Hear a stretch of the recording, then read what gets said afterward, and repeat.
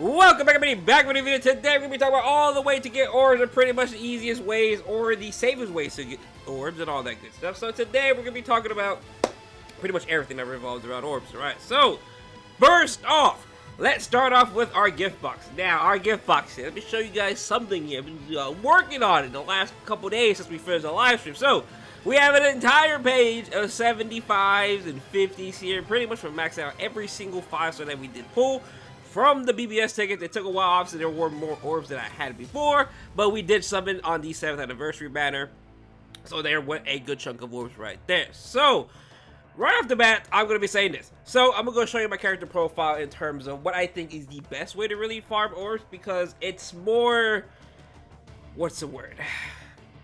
It's one of the longer process to get orbs, but it's a good chunk of orbs, right? So, it is going to be story. I do recommend, if you want orbs, farm story.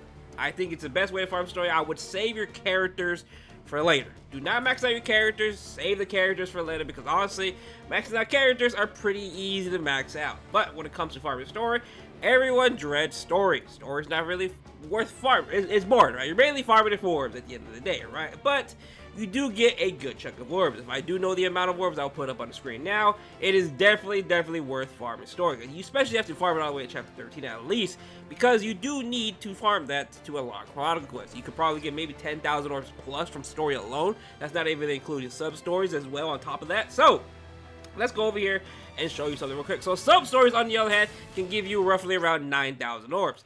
Co-op, on the other hand, can give you 600 orbs, but this is only once, do keep that in mind.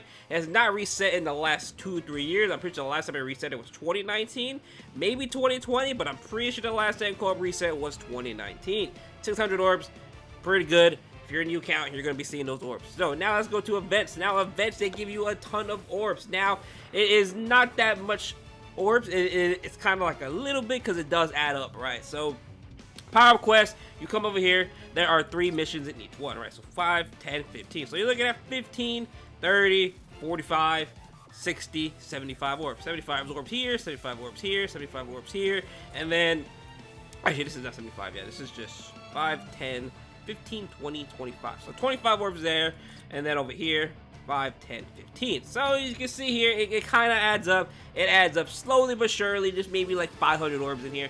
But there is definitely a lot more orbs once you start farming the frenzy, because every single one of these frenzies has a 4-star in it, which is possibly new for you, because I know some 4-stars in here are not possibly new, so do keep that in mind. I usually bang these out for the 4-stars, get the 4-stars and max them out, because it is a good chunk of orbs, instead of me maxing out some other characters, right? Because I'd rather farm, max out 5-stars, rather max out everything else before I start maxing out the characters.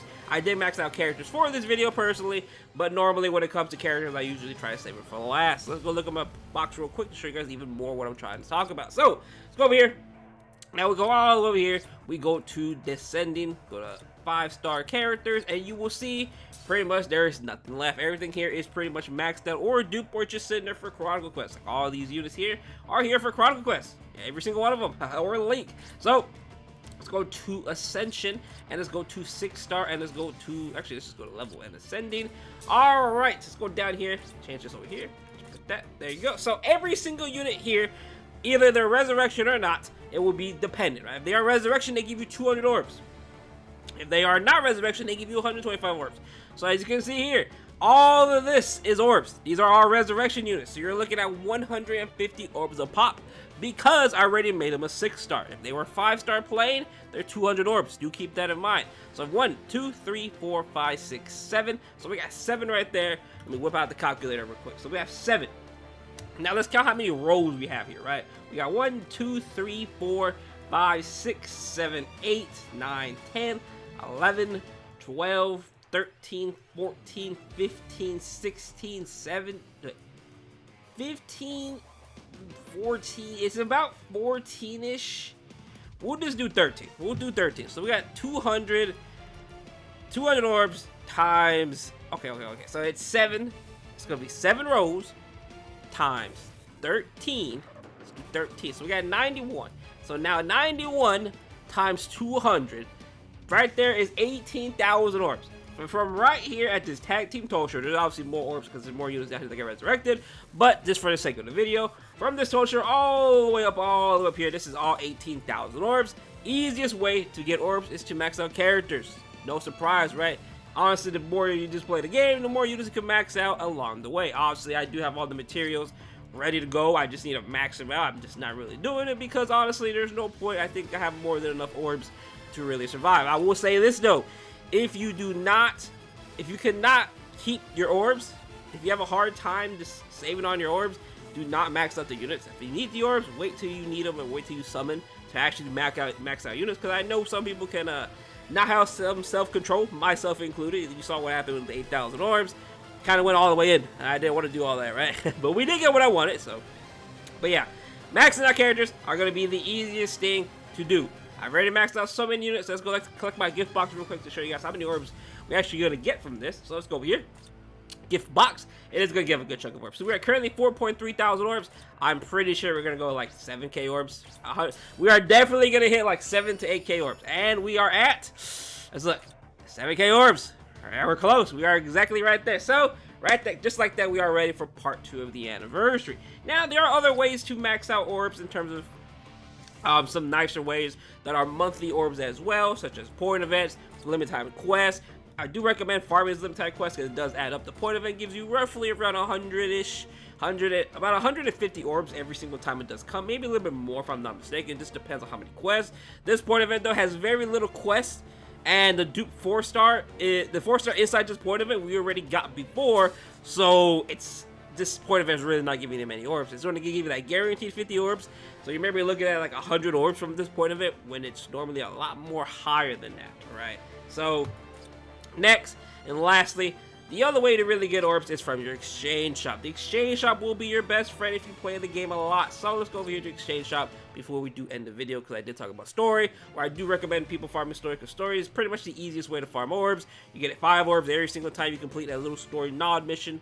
It's really good. It's a lot of orbs. Like I said, I'll add up on the screen if I have to, or if I can find the image for it. So come over here. All these 5-star are orbs. All this right here is all this beautiful orbs if you do brave battles, which I do recommend most people to do brave battles now because it's much better now than what it was before. So coming over here to the metal exchange, others pretty much, spirit orbs, 1,000 medals. Now before, this was unrealistic.